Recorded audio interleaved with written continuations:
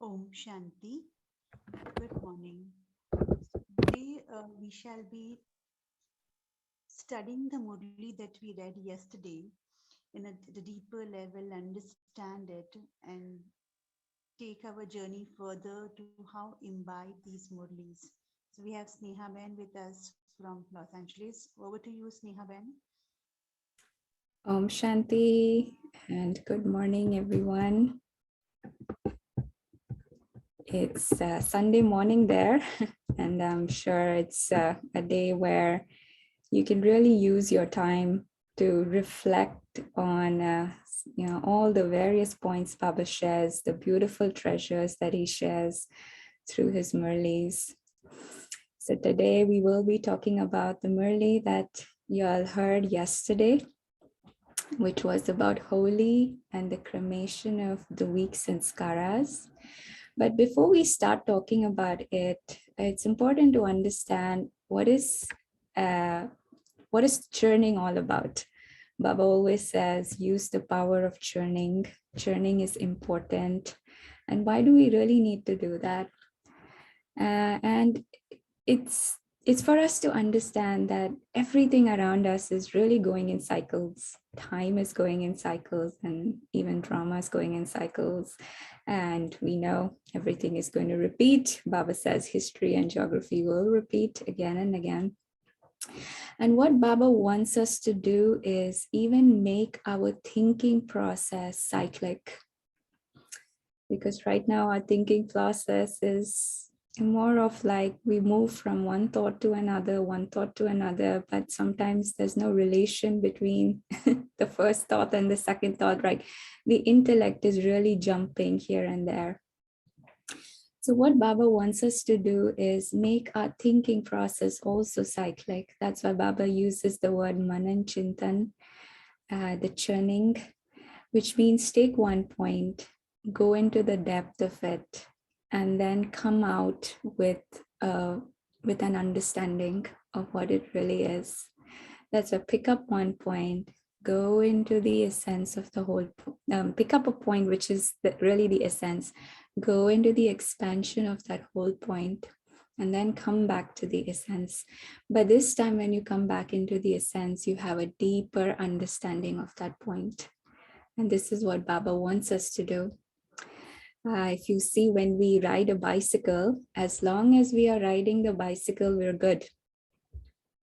The moment we start to stop, that's when the problem comes, because now the cycle is going to stop and you need to make sure your legs are moving towards the ground so that you can support the bicycle. If you don't, then you're up for a fall. So that's why Baba says that if you stop churning, you're really up for a fall, because we haven't yet learned the art to keep ourselves stable. When the old sanskaras are coming, we lose our balance and we fall off. So our stage falls off. Then again, we come back to our stage and then we start to move ahead again. But Baba's telling us to really make our thought process cyclic, such that the bicycle is always moving. So you don't have to worry so much about how am I supposed to balance. It is going on its own. So that's when the intellect starts to sharpen, and the intellect has clarity in going into the depth and understanding what really Baba is saying and in what context Baba is saying things. So here in this Murli, Baba says cremation of weak old sanskaras and celebrate true Holi, for only then will the world be transformed. So I'll go ahead and share the screen, and I'll open up a whiteboard where we can note down some of these points while we're discussing. So it will help us churn better. So just give me a moment here.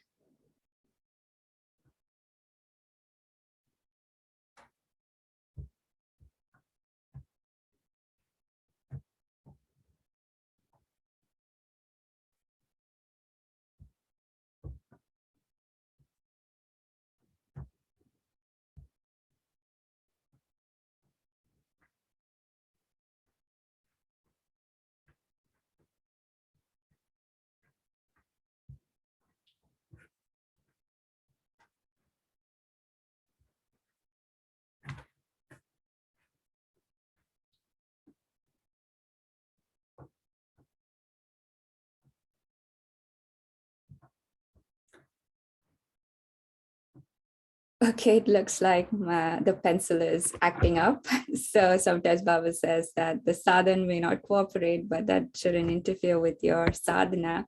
So let's just carry on without the whiteboard. I think that's what drama wants, and that's the best method.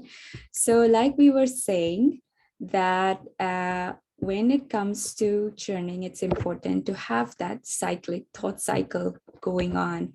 And when Baba talks about cremation of weak sanskaras, it's a very deep point for us to churn on.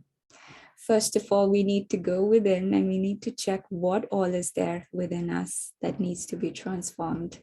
So let's pick up the points as we go through what Baba has shared. So here Baba says that first of all, he meets all of us and he says, Raj Tulare children, God's affectionate and loving children. So when Baba says Raj Tulare, he's really reminding us of our royalty, and he's reminding us of what we were before, and that purity, that royalty, that divinity in us. So before Baba shares anything, what first that he does is he fills us with the points of self-respect so that we can elevate our stage before even listening to the Murli. Because if our stage is elevated, we're able to catch what exactly Baba is trying to tell us. We will be able to have the proper understanding of what message is Baba delivering to us. So Baba's Murli always starts with a lot of loveful greetings and some beautiful titles, which is really to increase our self-respect. So here Baba says that we have a royal throne, and which is going to be a future throne. But apart from that, we have 3 thrones. One of it is the future throne, but the 2 others are the one throne, which is on the center of the forehead, where the soul is sparkling. And the second is the heart throne.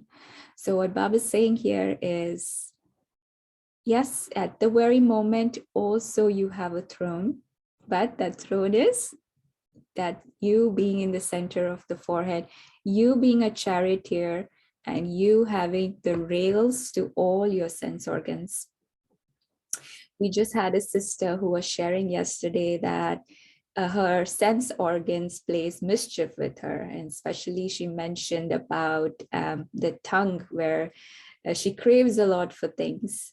And the moment she had heard that just one point in the Avyak Murli, which came a few days back, about being a charioteer, being that one who controls your sense organs, and you have the reins to control the sense organs, she started practicing that. She started staying in the awareness, yes, I'm the one in control, and I don't need this for my happiness. So why am I even getting so attracted to it? So the more and more you remind yourself that you are the master, the more and more the sense organs do come under your control. And that's why that self-mastery, the who am I am the ruler, sitting in the throne here, sitting in the center of the forehead. So sit there and feel that I'm in charge of everything around me.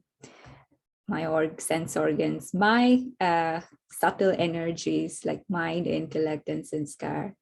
And then Baba says, you sit on Baba's heart throne. So of course, the more we remember Baba, we follow Dharna, we're churning knowledge, doing all the things Baba tells us to do, following Srimad, then naturally the love that we have for Baba and the love that we are receiving from Baba gets deeper and deeper. And that deep love is really what it means by sitting on the heart throne, that I'm experiencing that love, and I feel in that combined form with Baba. And if that feeling is there, that I am combined, we're always together, and you're receiving that power with which you're able to transform yourself, then Baba said, and then of course with your transformation and with your purity, you will be able to be a future world ruler, and you'll be able to sit on the future world throne. So Baba says, have self-sovereignty. Only then will you have world sovereignty. And how can you have self-sovereignty? What knowledge teaches us is for us to think. There's this very difference between path of devotion and path of knowledge. That's why Baba says devotion has ended. Now it's the time for knowledge. And what knowledge makes us do is it wants us to think. Because what works for another soul may not work for me, because my sanskaras are different from that person's sanskaras. But what do? We ask each other, how do you remember, Baba? What thoughts do you create while you're doing your meditation? So we're basically picking up materials from other people and trying to implement in our lives. But what Baba really tells us is, you think for yourself. I am giving you the raw materials in the form of the Murlis. You pick up the points from the Murli. You pick up raw materials and you think about them. In just yesterday's one class that we have, it's a sustenance really meeting between all of us souls. And one soul asked this question that when we give sakash to the world, what are the thoughts that we need to create? Now, why do we need to know from others what thoughts they are creating? When someone is suffering in front of me, what would the thoughts come from my side? So this is what is bhakti sanskara. When I'm ready to take something that's already prepared, ready-made, and I will just follow with that. And Baba doesn't want us to do that. Don't take someone else's materials, make it your own. You prepare your own materials. Just like Baba asks us to prepare bhog, and if we do it, we offer it, we gain from it. In the same way, prepare your own commentaries from the Murlis, prepare your own churning points from the Murlis. That way, you will start to think and not just take something from the others and start making your own. Because if you take their points and you just use it for your meditation, what you're doing is you've picked up that, but it's not coming from your heart, so it will not even carry those feelings. What comes from your heart is coming with feelings. That is what is going to touch others. So it's for us to really start thinking now that, are we still having bhakti sanskaras? We are looking for ready-made materials to use for our spiritual life, or we are ready to take a step of doing it on our own. So Baba says, think for yourself. That's a sign of being self-sovereign. Know the knowledge between bhakti and gyan sanskara. So when we are in bhakti, we're made to follow certain rituals, traditions, and if we don't do it, there's a huge guilt factor that comes with it. So when we miss something, not doing a ritual, then we're made to feel as if this was not right, this shouldn't have been done this way. And the same thing can happen even in path of knowledge. For example, this just happened with me today. There was a brother who came to the center, and his mother is in Gyan, so he came to drop something which the mother sent to the center. And usually when everyone comes to the center, we give them something, toli, blessing, something or the other. It's what we do. It's our bhavna, right? So what happened at that time was there was a lot going on. So I had a brief conversation with that brother, and I took whatever was needed to be taken from him, but I did not hand over anything to that soul, and that soul left. And then it dawned on me that I didn't give anything to him. He left empty-handed. And then the whole few minutes I was feeling so guilty about it, that I even called the mother and I told her that I didn't give anything to your son. Please call him a few days later. We're making some cookies and we'll hand over that box to him. And then she was like, oh no, don't bother, because he's anyways not comfortable with anyone handing him food. That's the sanskar. And so I started to, reflect a little that why was I feeling guilty? I did not intentionally want to not give. It was just that there were a lot of things happening simultaneously, and it was just that, the thing that didn't come up to me, that and that person left, and then I realized about it. And then it was just that, why am I feeling guilty when my intentions went wrong? So then even bringing gyan and wisdom into this picture, that it's okay. Sometimes if things are not the way they're supposed to be, not following that norm, it doesn't mean there's something wrong. It's just that you have to understand that situation and move accordingly. So then that guilt was uplifted, and the things could go back to my normal mode of functioning. So what it really means is, every situation is different. So I can't always expect the same thing to happen every time. And if things change, I shouldn't even feel guilty about it, that something wasn't done from my end according to the norm. So guilt and bhakti sanskars. And a lot of time when we have Q&A classes with souls usually have that question that I'm not able to have yoga, I'm not able to focus, but they feel very guilty about it. They feel that I'm being in Gyan for so many years, but I still cannot share. I can still cannot, have that stage of yoga. And why should we have that guilt? Let us, Baba say, be honest, not just to Baba, but even if with our family. We again look at others and we think they might get judgmental. They might criticize me that, oh, I've been here for so long, but I still don't understand how to connect with Baba well. But it's okay. This is why a space has to be created for everyone to express themselves freely without holding that guilt or feeling that ashamed that they are not able to express. So again, that difference is very much important. So whenever we interact with somebody, let us make them feel comfortable so that they can share whatever they want to without having any guilt consciousness in them. And then the third is rule over the sense organs. So as a self-sovereign, I should be able to rule my sense organs and not get attracted to things which are really pulling my attention away from my goal. And of course, even ruling over the subtle energies, where Baba always reminds us that hold the court, talk to your senses, your mind, intellect, also the physical senses. The more you talk, the more you make them aware. You think of them as a separate entity and make them aware who's in control. By giving orders, then Baba says they will start to listen to you. So all the sanskaras for the kingdom of the world are created at this time. So we are creating sanskaras which we are going to use in the new world.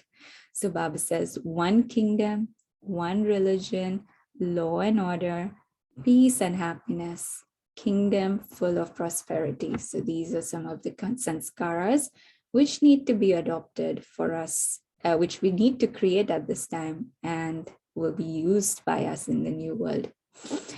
So first of all, Baba is always reminding us that you are future self-sovereigns, you're future self-sovereigns. And why? Because he wants us to have the confidence of who we are. For even a lot of successful people in the world, if you ask them how do they achieve success, they always say we visualize success ahead of us. So we visualize that things are going very good, we're confident, we're delivering whatever good messages or meetings or whatever they have in store for them. So in the same way, Baba reminds us that build up the confidence in yourself, because we ourselves have lost our self-respect. So we've beaten our own selves by coming down in our stage of being who we are, and we lose our confidence. And when the confidence is not there, even though we have the potential, the confidence, lack of confidence creates a blockage, because the fear makes us keep going behind rather than going ahead. So Baba, he does is he reminds us who you are, who you were in the golden age, and develop that confidence, because that confidence is required to move ahead. So Baba asked that, are you self-sovereign all the time or sometimes? And he also reminds us about the intoxication of being in the rosary of victory. So again, building our confidence, giving us courage so that we can take the first step. We have to take the first step, but Baba is still motivating us so that we develop that courage to do so. Then Baba talks about double foreigners, and Baba says they have the bond of honesty and love, which is a quality of double foreigners, because it's a part of that culture itself that honesty is there, and it's seen in most of the people. So even when they come to Gyan, they carry that honesty sanskara with them already. And whatever it is, they honestly and in a very straightforward way would tell you. So Baba says that honesty is what pleases Baba, because when we share honestly with Baba, then Baba can help us, right? And that's what we do. We tell Baba everything from our heart. But things don't just stop there. It's not just about me saying something to Baba and then that's it. I've given it to you, Baba. We verbally say it. But we have to also make effort to burn that sanskara within us. So yes, if I have a strong sanskara of anger, I tell Baba about it. But what next after telling Baba? You have to have the power of yoga in order to burn that sanskara. And one method which I have been practicing and has helped me, I'll share that, is every Amrit Vela, I would emerge one birth of mine and I would tell Baba that in this birth, whatever old sanskaras I have created or adopted, it's adopted really, I'm burning it with your power, with your love, with your power. These sanskaras are being burnt and my original sanskaras are being invoked. And in every birth, I emerge all the souls who I had karmic accounts with. And I ask them for forgiveness and give them a lot of blessings. So for me, it feels like every day I'm lifting off some burden from myself, because every day I'm telling Baba something which is helping me relieve my own self. So here, Baba's saying that, yes, honesty is required, but do not repeat that same point again and again to Baba, which means that, yes, if I have the sanskara of anger, do not tell Baba again every day, I have the sanskara. Give it, and then in your effort, you use a counterpoint to overcome that sanskara. So if I have anger, why don't I use a counterpoint, which is that I am a very peaceful soul, and emerge the quality of peace within. In one Murli, I remember Baba said that you all want to put a full stop to your waste thoughts or old sanskaras, but you all are not able to do so because your break does not work. Your full stop does not work.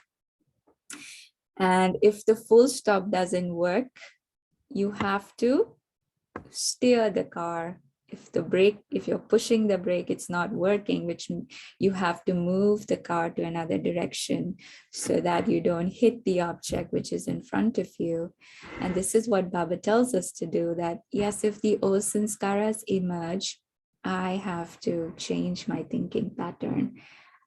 Baba says, yes, call Baba, invoke Baba, but then at the same time, use a counter thought, a thought that is going to take you back to your original form, that I am peaceful, I am very pure, I have love for each and every soul, I have love for myself. So these thoughts will take you back to your, where you need to be. It will recenter you.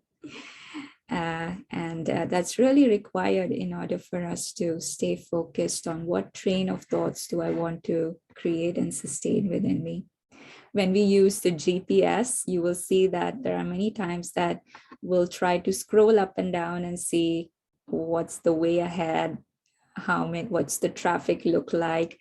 And then you will see that on the phone itself, there is a recenter button, and you push that button, you come back to where you were supposed to be on the map.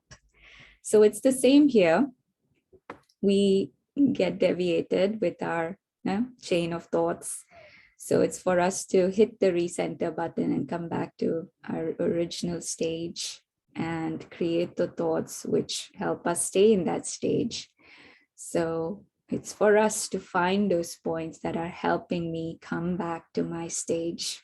Each of us should have a list of powerful self-respect points, which we can use as our recentering tool. That when I think about this point, I am able to come back into my original stage. So Baba says that honesty, do not repeat. Go on repeating about that sanskara.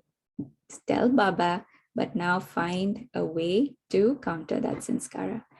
And then Baba always talks about you give it to me, but then you take it back. So you give the sanskara to Baba, you take it back. And that again, you're re-emerging that sanskara within you, which Baba doesn't want you to do. So those who remain honest and clean will be able to connect with Baba very easily. And one thing which Baba always tells us is that everything that has happened in your life, from the time, we remember, right? Of course, we don't remember a lot of the days of our childhood, but from the point we remember, whatever we have done, share it with Baba. There was one day when one sister, she shared that she wrote her whole life story to Baba. And she felt very, very light after doing that. So that inspired a lot of us. And we were like, okay, let us also write our life stories to Baba from the time, we know what we did. So it's just going back to our childhood days. If I was mean to somebody, if I said something wrong, I was not thinking correctly about somebody, whatever you can think of, write it down, start writing. And you will see a lot of those memories start to trigger. This is what happened, this is what you did. So in a way, you can see that whole story there. But then at the same time, it's all coming out. It's all coming out, whatever you did in the path of ignorance when you didn't have the knowledge. And when we did this exercise, that night was one of the most, I would say, peaceful nights in our life, because we slept with so much peace and lightness. And we were sharing amongst each other that it felt like so much burden was removed from me, because I just shared everything with Baba, and everything was written down. And here, Baba, here it is for you.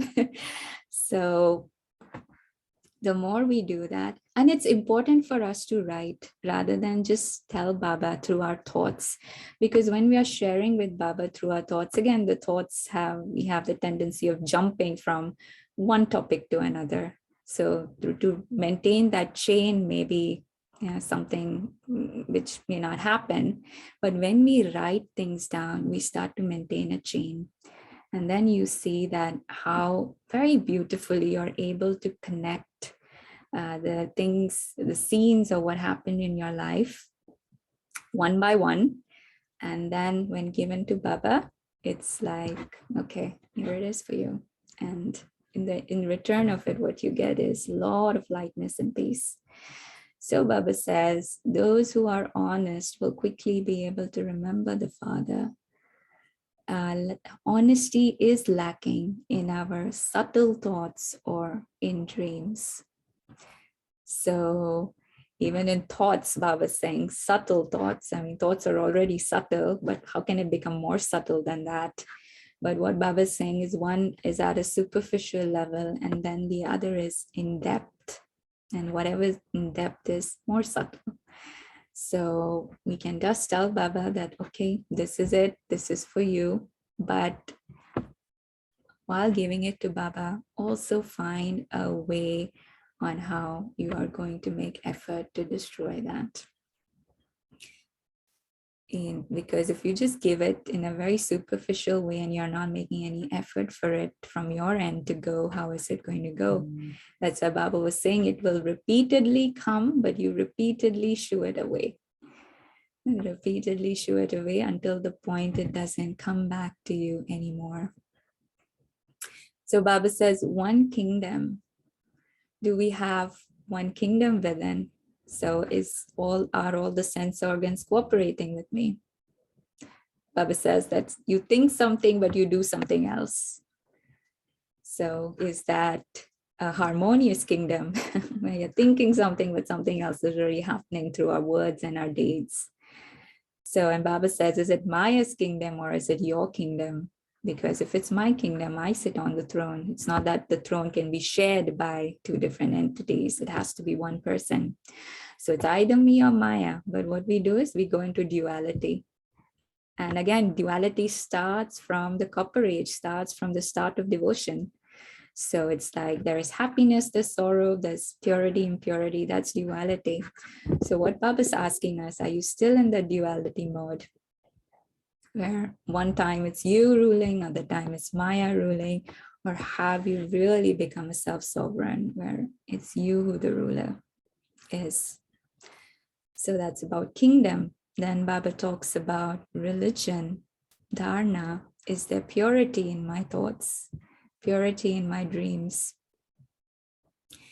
So if I am able to sustain pure thoughts throughout the day, then you will see that even the dreams, that there were dreams that were bothering me before, dreams that are maybe getting sleepless nights. You see, even the quality of sleep will improve and even the dreams will be different.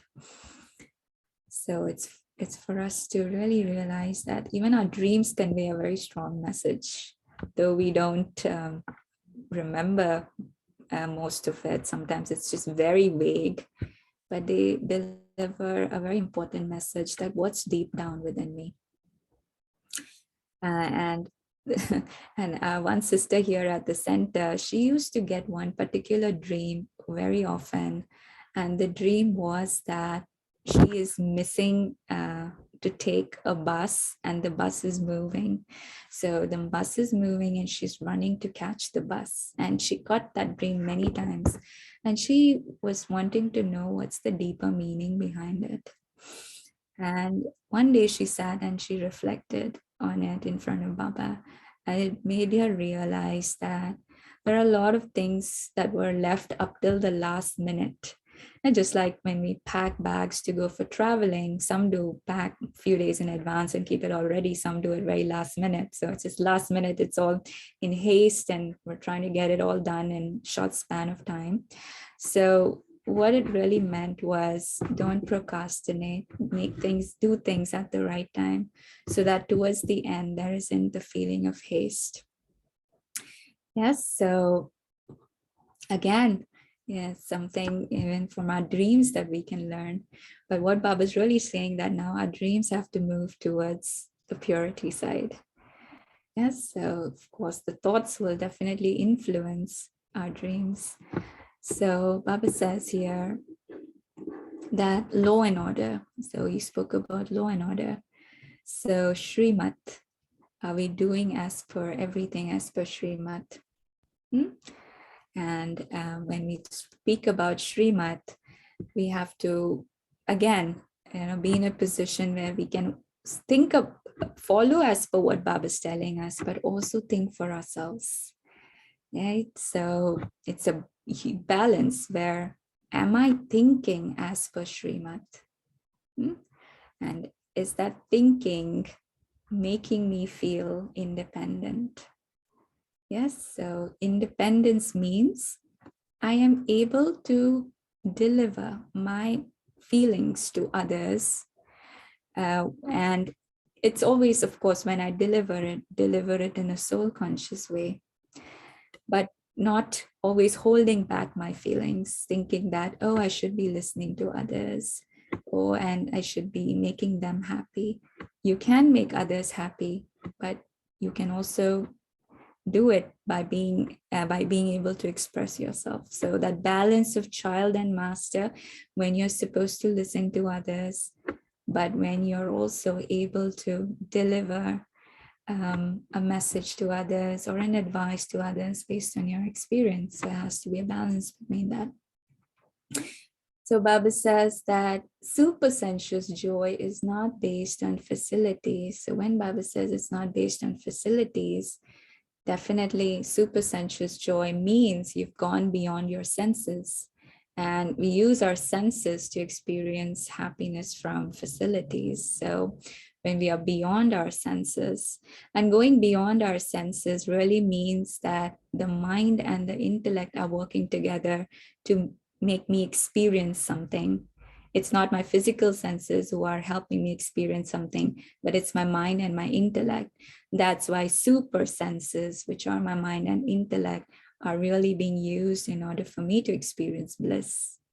So Baba says, we have the wealth of virtues, we have the power, we have knowledge. That is all we have attained. That is what we attain in our spiritual life. So we should be content with that. Are we content? Baba asks. And we also have to look at the present and the future in the mirror. Yes. So we have to, again, Baba's telling us what your future is. It is an elevated future. But you have to work on making your present elevated as well. And then Baba very nicely said that when you raise your hand, when Baba asks the question and we raise our hands, is really to raise the hand of your mind, to have determination that, yes, I will do this. So it's really the raising of the hand means my intellect is connected with Baba and I'm absolutely determined in making this happen. So Holi is the burning of the past sanskaras. Because Baba says Holi means ho chuki, past is past. So whatever we have done in the past, now we have to forget. And we have to, past scenes we have to forget, old sanskaras we have to burn. And that's why Baba says cremation. So when we cremate a body, we have the fire and we have the ashes, and then the ashes are dropped in the ocean. And in just a few days back, Baba said a beautiful blessing, gave a blessing that when the ashes are merged, when the ashes are put in the ocean of perfection, they will be merged. And there's no way I can get it back. And once the ashes are put in the ocean, there's no way you can get it all back together. So which means what Baba's saying is you focus on your future forms. I am an angel, I am a deity, and not think about, I have this sanskara in me, oh, I am weak, because that is going to put us down. So look at yourself having a higher stage, and then you will start to experience it, right? Because what you think, what you see is what you become. So if I think about myself being elevated, if I see my angelic deity form in front of me, I will start to become like that very, very naturally. So burn the old sanskaras, and Baba says that if they come back, you will, so Baba said, if it comes back, do you put it in a cupboard? So cupboard is really the heart. Am I keeping it in my heart that, oh, it's come again? Baba says, say Baba, Baba, and put a full stop again, which means invoke Baba, but also make the effort to change your way of thinking. Bring again a point which can recenter yourself. So again, Baba said that do not keep something that is not yours. Do not keep something that belongs to Ravan. That's not even your property. Yes, so give it away and really, not holding any guilt within, because we have all sanskaras. On top of us, we create a layer of guilt. That guilt will never allow us to penetrate and reach our our original sanskaras, which are deep within. So if something has happened, that's why Baba says past is past, finish it. Yes, I learned my lesson from it. Move on. And if things don't happen as per norms, that's okay too, because if your intentions are pure, you shouldn't be feeling guilty about anything. And that's why knowledge, thinking about, whatever situation is there, and every situation can't be the same as the other.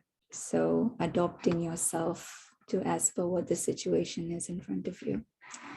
So I'll end here, and I'll just open the floor for any questions you may have with what was discussed about this Murli. Anyone, any questions? Yes, procrastination, one illness in Brahmins that Baba keeps addressing repeatedly. Yes. Anybody else? Sister, you just happened to mention that learn from your old mistakes instead of getting into guilt or blaming your own self. For a thought, it becomes easy to even think about it, but the next moment you get into your default mode. Any ways or approaches that you would like to share that may allow us to move forward without having that burden of past on our head?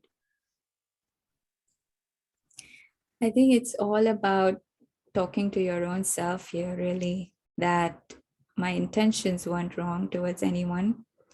And if it happened, and I've learned, and there is definitely something I've learned from it, and I take that learning with me, but I will not succumb to my guilt, which will not allow me to have that stage right now where I can work on myself. So if I'm holding that within me, how is it helping me right now? Because I cannot change anything in the past.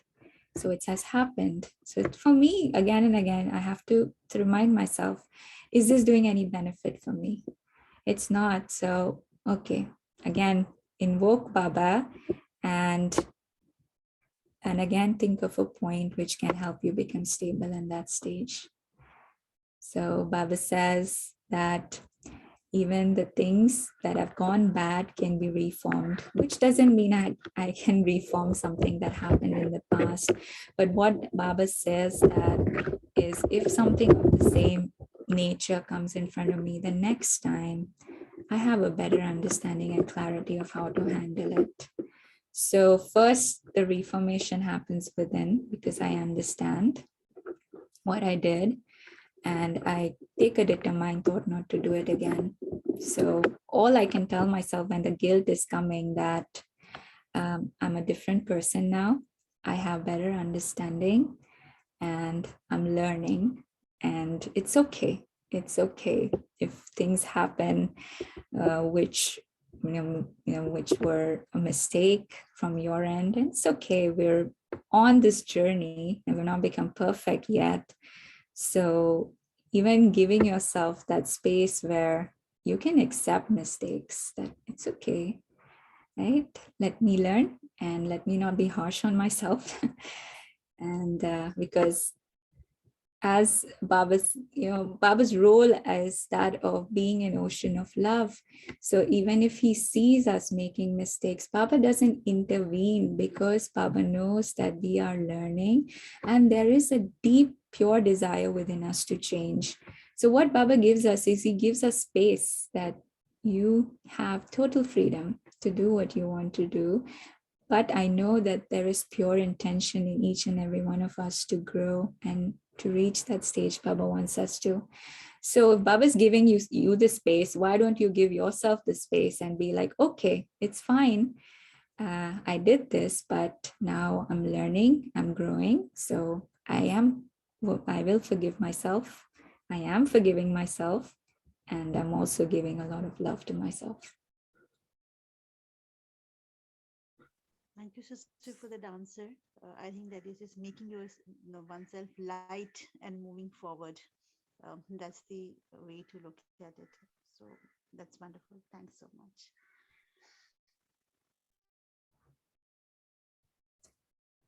So if no more questions, can we move towards meditation? Sure, sister.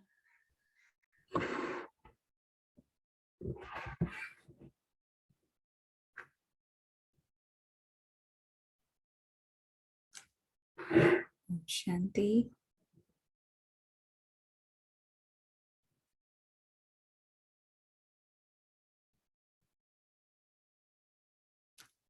Sitting relaxed. I reflect on some of the points that were shared. The points of being a self-sovereign, of I being the soul, sitting on my throne and ruling this body. See yourself as the ruler, the one who has a right to order his subjects.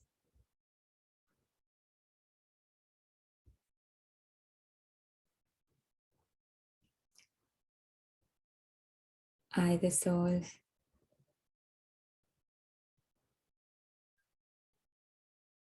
am filled with God's love, the love that allows me to change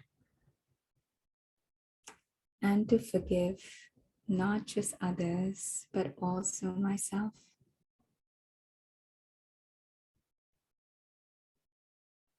Let me take this moment to forgive my own self for any mistakes I may have done.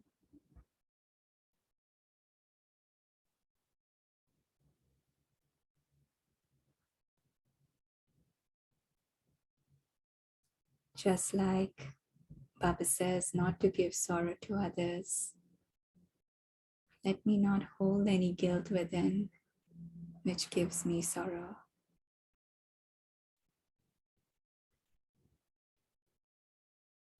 See Baba's light falling on you, lifting that burden of guilt and enabling you to fly.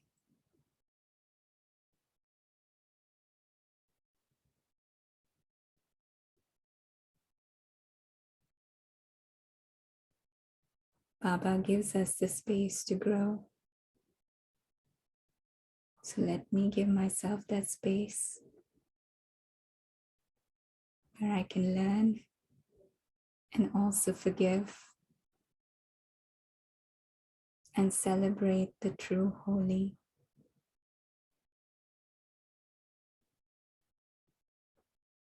of letting go of the past and burning everything which is Ravan's property.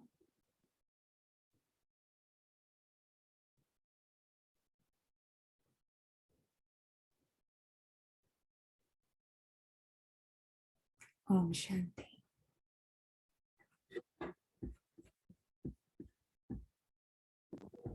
Om Shanti. Thank you, Sneha for giving such a beautiful tips on the churning of points. Thank you, all of you. See you tomorrow at 5:30 a.m.